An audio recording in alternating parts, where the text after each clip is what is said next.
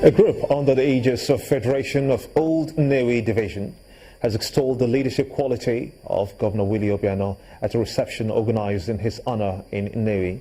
The occasion also saw the governor jointly conferred a chieftaincy title by 15 traditional rulers of the region. It's the gathering of indigenes of 3 local government areas under the aegis of the Federation of Old Nnewi Division, comprising Nnewi North, South and Ekuzigo local councils.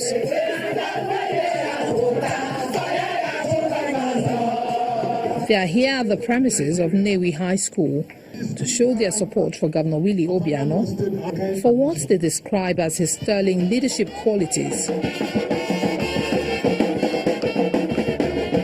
Old Nnewi Division is an important area in Anambra for its population size, as well as its contribution to the internally generated revenue of the state, which stands at about 50%. Their endorsement of the governor is a big plus to the administration of Willie Obiano.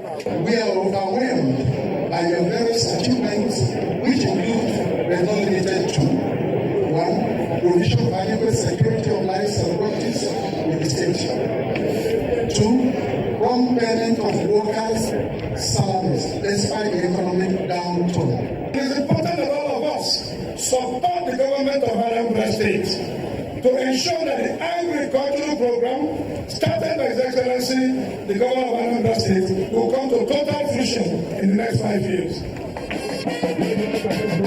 The 15 traditional rulers in the region also seized the occasion to jointly confer on the governor a traditional title.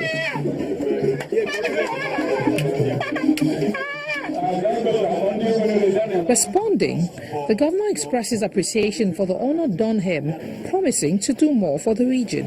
I want to let you know that I will never disappoint you. We have moved on the roads. The street lighting is coming, among other things that we are doing. You know, if you look at the pamphlet already distributed, you see so much work that this administration has been able to do in this part of Anambra State. And I will tell you that we'll do more as we move ahead.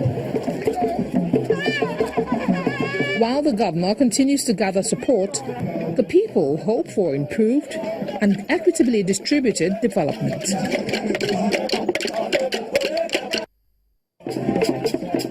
Consumers of palm oil in Delta State have been finding the increase in price of the product in recent times disturbing. A 30-litre of the product now sells for between 16,000 and 22,000 naira. Our community report tonight examines the milling process, the challenges of the oil palm communities and the impact on price.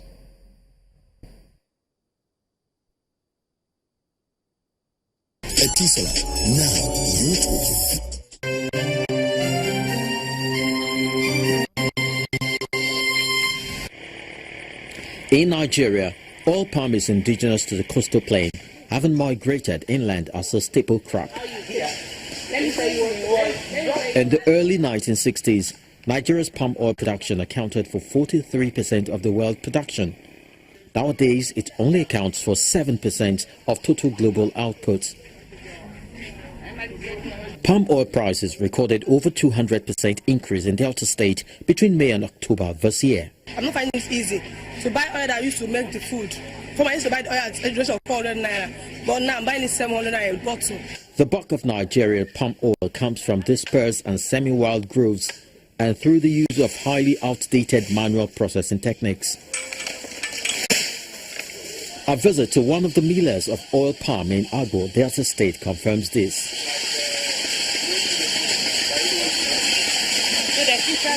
After harvesting, the oil palm is broken and selected into pieces.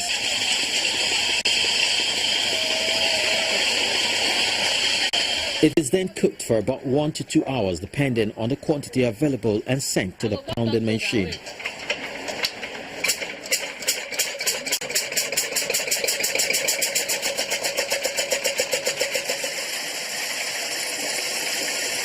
The pounded substance goes through a rather rigorous process of oil extraction.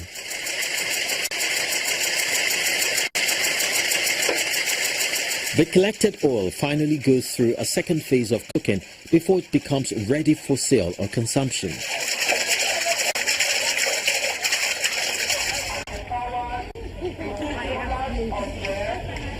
According to the workers here, 38 heads of oil palm produce about 90 liters of oil, attributing the increase in the cost of palm oil to the continuous increase in the cost of running their business and the fact that palm trees could not produce in abundance this year.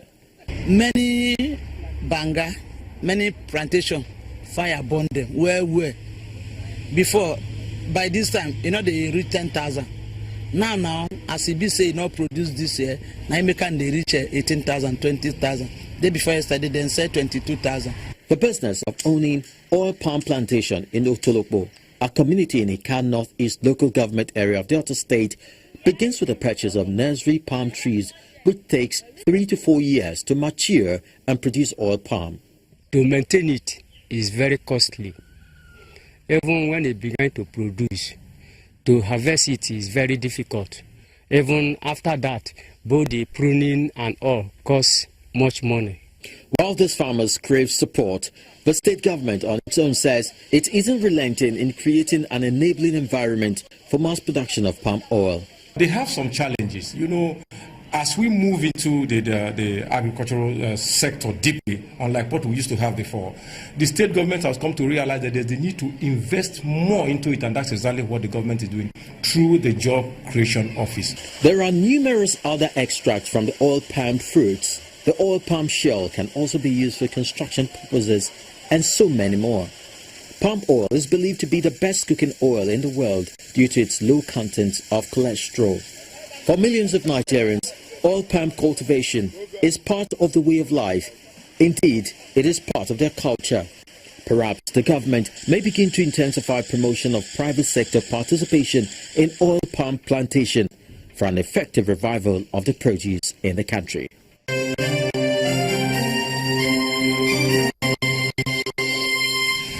Now you're talking. And now to the arts. This is not Lagos. It's a photo exhibition by a group of photographers. They moved around the country to capture the colorful landscape and festivals that take place beyond Lagos. On Art Review tonight, we'll look at the beautiful images these photo artists were able to take in their tour around Africa's most populous nation.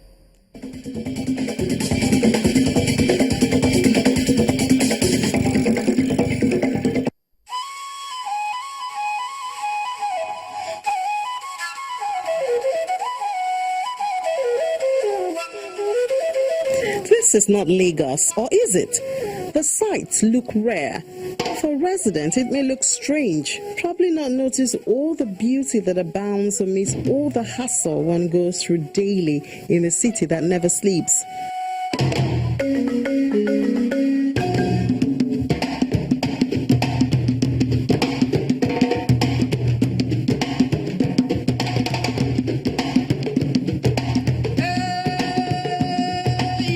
This lens capture amazing moments.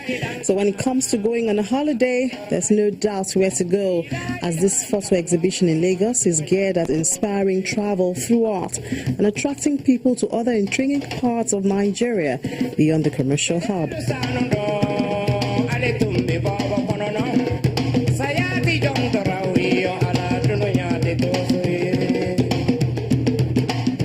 In all 26 works of art by 6 photographers, Hakeem Salam, Adeola Olagunju, Zemayo Kediji, Efefa Thomas, Aisha Aujekuta and Andrew Esebo, expose intending travelers to the beauty the country has to offer. There are so many things to look out for actually when you're taking pictures. You want to see the beauty of the place and you want to reduce that beauty to a frame.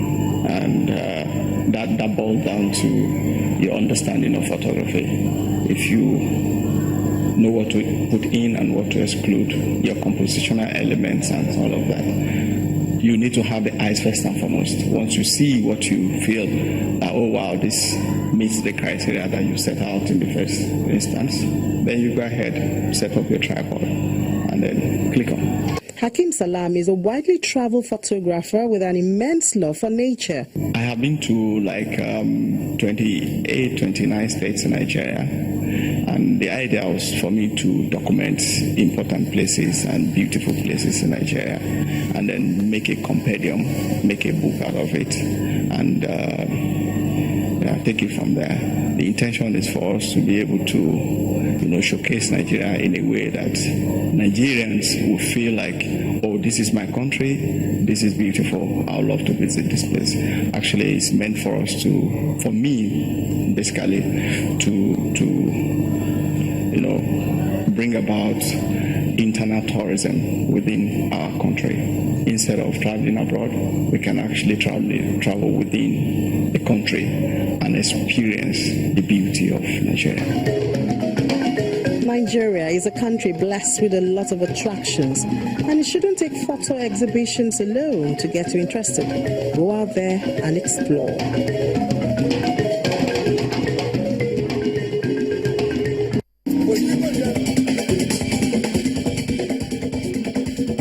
Residents of Naka in Gwer West Local Council area of Benue State are calling on the federal government to rehabilitate the Naka Dam.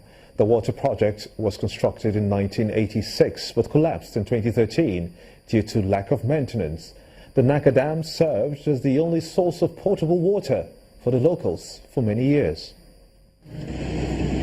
The water pollution here at the Naka Dam is so pronounced. For all you see, this green coloration on the water surface is disturbing, and residents say they have no other choice than draw water for both drinking and domestic use.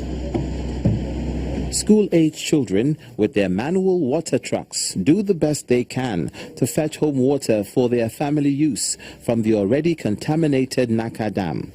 Residents complain of the difficulty in accessing water and the health hazard that comes with consuming it from the Naka Dam. The only source of water here is the dam we had around Makudi Road. But it's inefficiency and bad recommendations.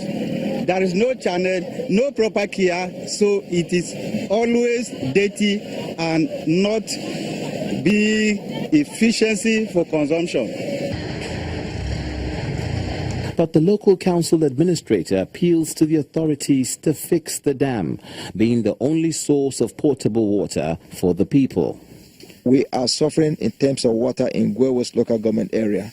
Since the issue of borehole did not favor Gwer West local government area, we have no option than to appeal to the federal government to construct more dams in our local government.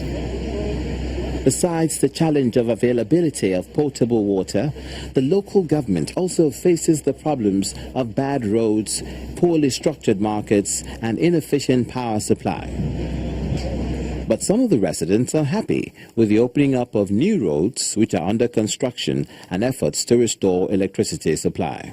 We thank God that all those accidents that have been happening here now will become to pass. The sole administrator of the local council speaks on the scope of intervention work on the roads and waste management, which is a contributing factor to the Naka Dam contamination. My local government headquarters precisely and other parts of the local government need to be touched. Areas like roads, street, grading. Recent reports indicate high cholera cases in Makurdi and Otukpo council areas. And with this water situation in Naka local government, there are fears that cholera may hit residents of the area, so government must step in to prevent any cholera epidemic.